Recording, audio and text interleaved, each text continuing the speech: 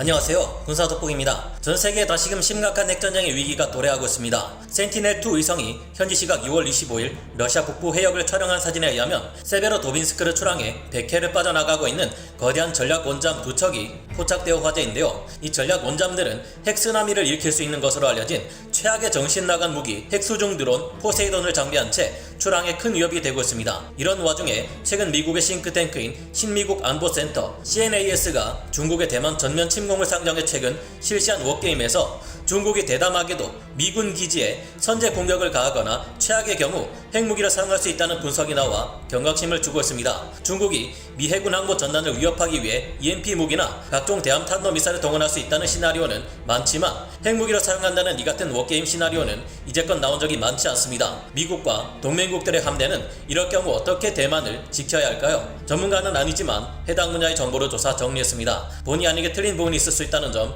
양해해 주시면 감사하겠습니다. 최근 현지 시각 6월 15일 대만 연합부에서는 미국 NBC 방송의 최근 보도를 인용해 미 싱크탱크 신미국 안보센터 CNAS가 중국의 대만 전면 침공을 상정해 실시한 워게임에서 이처럼 중국이 전혀 예상치 못했던 과감한 행보를 보였다고 보도했습니다. 워게임에 따르면 앞으로도 대만 정치권에서는 대만을 흡수 통일하려는 중국의 압박에 개의치 않는 반중 성향의 차기 정부가 집권하게 되고, 이에 따라 오는 2027년 중국이 대만을 무력 침공하게 될 것이라 내다보았습니다. 워게임에 참가한 스테이시 패티존 CNAS 방어 프로그램 팀장이 밝힌 바에 따르면 중국군은 침공 개시와 함께 먼저 진먼, 마주 열도, 홍우 등의 대만 외곽 도서를 공격하게 될 것이라는데요. 그와 동시에 대만 본섬과 주일 미군 기지, 미 공군 기지가 있는 괌과 북마리아나 군도를 미사일로 타격할 것이라고 합니다. 당연히 미국도 가만히 있지 않고 중국 해군의 전투함들과 그들의 본거지인 모항에 폭격을 가하고 필리핀에서도 미군 군용기들이 출격해 대만 상공을 비롯한 여러 구역에서 중국의 전투기들과 공중전을 벌이게 될 것으로 예상했습니다. 이후 미국에서는 중국 해군의 대형 전투함들의 지속적인 폭격을 가하는 한편 공격 원잠을 대만 해협에 투입할 것으로 예측했는데요. 이 단계에서 일어날 일에 사견을 보태보자면 세계 최강의 해군 전력을 자랑하는 미 7함대의 항공모함 전단들과 추가로 지원되는 전력들이 중국 해군 및 공군 전력과 정면 대결을 벌일 경우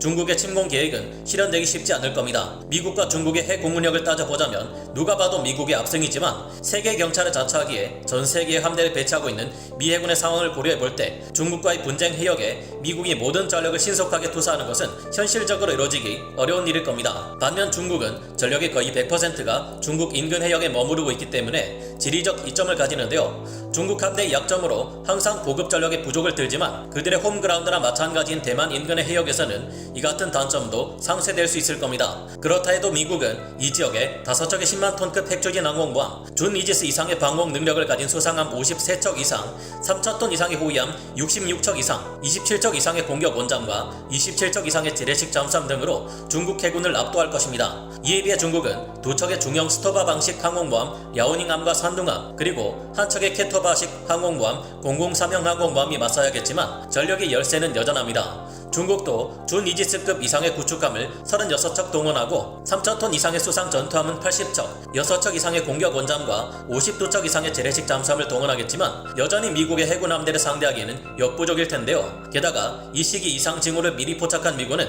미 공군에서도 수많은 전투기들과 지원 전력을 미리 배치할 텐데, 특히 F-22 랩터 스텔스 전투기가 지원될 경우 중국의 제공권 장악 가능성은 크게 낮아질 것으로 조심스레 추측해봅니다. 베트남전 때처럼 미국이 적극적으로 개입하지 않고 중국 본토의 핵심 시설을 타격하는 것을 주저하지만 않는다면 중국이 미국과의 전쟁에서 우세를 점하는 것은 절대 쉽게 이루어지지 않을 겁니다. 그러나 베트남전 당시 소련, 중국과의 전쟁 확전을 우려해 베트남 북쪽으로의 공격을 크게 제한했던 것처럼 미국이 중국과의 확전을 우려해 대만을 소극적으로 지원한다면 상황은 달라질 수 있다는 우려도 있습니다. 미군이 제공권과 제해권을 장악했다 해도 중국이 대만과의 전면전을 선포하고 총동원령을 내려버릴 경우 끊임없이 대만을 향하는 중국의 침공을 막기 곤란해질 수도 있다는 우려가 있습니다. 그리 될 경우 다음과 같은 결과가 절대 나오지 않는다 장담하기도 어려울 듯한데요. 다시 CNAS의 워게임 시나리오로 돌아오겠습니다. 중국군은 미국 외 다른 국가들이 이 전쟁에 개입하지 못하도록 하기 위해 일본과 호주 북부를 공격하고 스텔스 폭격기와 순항 미사일,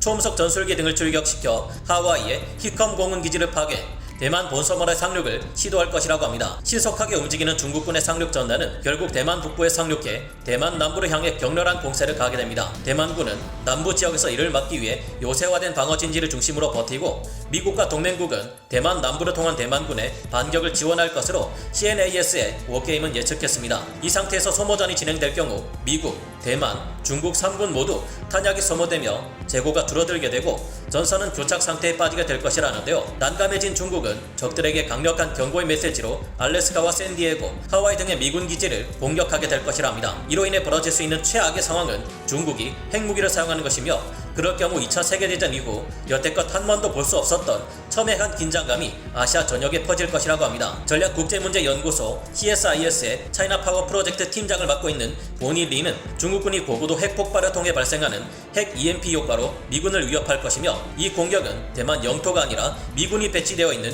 미군 기지들을 향할 것이라 주장했는데요. 이 과정에서 중국군은 주일 미군 기지를 공격해 미군이 빨리 대응할 수 없도록 만들고 호주 북부의 다윈 기지와 인근의 킨달 공군 기지를 공격 목표로 삼아 남인도 태평양 보급선을 끊어버릴 것이라고 내다보았습니다. 이는 사면이 바다로 둘러싸인 대만에 대한 군사 지원 및 보급을 차단하기 위한 행동이 될 것이라 CNAS에서는 분석했는데요. 보니 린 팀장이 말한 것처럼 중국군이 미군 기지들의 상공에서 고고도 핵폭발을 터뜨린다면 이는 핵 EMP 효과를 통해 미군의 전자장비들을 무용지물로 만들겠다는 의도일 것을 예상할 수 있습니다. 이렇게 될 경우 예민한 센서들로 가득한 미 해군의 이지스 구축함들, 항모 전단을 이루는 수상 전투함들의 센서들이 무사할 수 있을까요? 영화 속에서 EMP 공격을 받은 전투기들이 추락하는 것과 같은 일은 일어나지 않을까요? 지금으로부터 약 11년 전인 2011년 7월 23일부터 중국군은 대만과의 분쟁이 발생했을 때 미국의 개입을 막기 위한 전자기파 EMP 탄두를 개발 중이라 밝혀지기도 했습니다. 당시 중국은 미국에 대한 군사기술 열세를 뒤집기 위해 일명 자객의 검 프로그램을 통해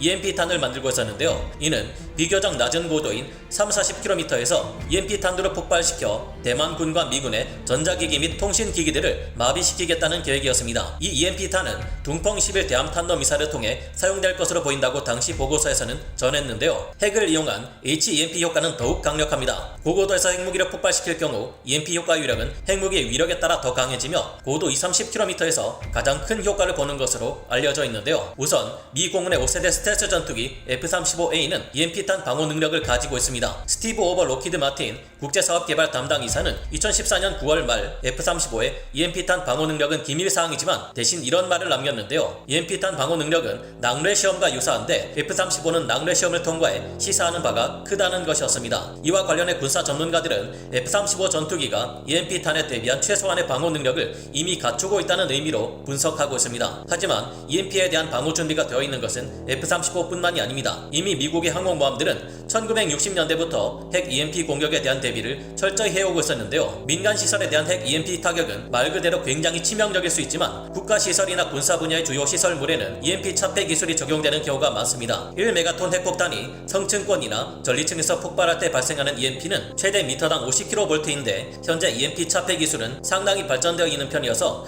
이런 정도의 EMP 효과는 100% 차단이 가능할 정도에 이르렀습니다. EMP 효과는 도체 상자나 망 등으로 사물을 감싸되 내부에 있는 물건과 닿지만 않으면 전자기파로부터 보호받는 패러데이 세장 원리로 막을 수 있습니다. 이 때문에 웬만한 차량이나 전차, 항공기 등의 경우 금속재 외피가 우선 기본적인 패러데이 세장 역할을 해주기에 EMP 효과에 대한 내성을 어느 정도 가지고 있습니다. 특히나 미군의 경우 핵 EMP에 주목해 스타피시 프라임, 블루길 트리플 프라임, 킹피시 등등 고고도 핵실험을 여러 번 실시했습니다. 특히 미군이나 일본 자위대의 경우 EMP의 영향을 적게 받을 것으로 보이는데 그 중에서도 미군은 밀팩이라 부르는 군사용 적합 기준의 EMP 방어 기준 밀 STD 461F를 1986년에 제정, 전투기를 비롯한 주요 항공기, 전차, 장갑차, 수송차량 등의 군용차량, 위성통신 및 무전기 등에 적용한 것으로 알려져 있습니다. 덕분인지 탱고를 비롯한 한미연합사의 주요 지휘시설에도 EMP 방어시설이 되어 있다고 합니다. 오히려 중국군이 미군 기지를 상대로 함부로 핵 EMP 효과를 이용해 공격하려는 것은 자칫하면 어마어마한 미국의 핵 반격을 불러올 수 있는 최악의 수로 작용할 수 있을 것입니다. 핵무기 폭발로 의미 있는 수준의 EMP 효과를 얻으려면 최소 몇 메가톤 이상의 전략 핵무기를 사용해야 하는데 EMP로만 사용했든 어쨌든 핵무기를 사용한 것이기에 5,500여 개에 가까운 핵탄두를 가진 미국으로 하여금 무시무시한 핵 보복을 받을 수 있습니다. 게다가 핵전쟁 시나리오 중에 대표적인 것 중 하나가 바로 메가톤급 핵무기를 적진의 상공에서 폭발시켜 상대편의 보복 능력을 약화시킨 다음 상대 핵미사일 사일로 및 전략 목표에 대한 대규모 핵무기 타격으로 이어지는 것입니다. 메가톤급 핵무기를 중국군이 사용했는데 미군이 핵 EMP로 인한 피해가 거의 없다면 중국은 영토 전체가 지도에서 지워질 각오를 해야 할 겁니다. 현실적으로 중국군이 핵 EMP를 사용한다면 미국은 전술 핵무기를 사용하는데 무엇보다 좋은 명분을 얻은 셈이니 적어도 중국의 핵심 시설이나 국가 시설물 중 적지 않은 것들이 무사할 수 없을 텐데요. 러시아나 중국이나 둘 모두 어설프게 핵무기를 사용해 대재앙을 유발하는 일이 없기를 바라며 오늘 군사 돋보기 여기서 마치겠습니다. 감사합니다. 영상을 재밌게 보셨다면 구독, 좋아요, 알림 설정 부탁드리겠습니다.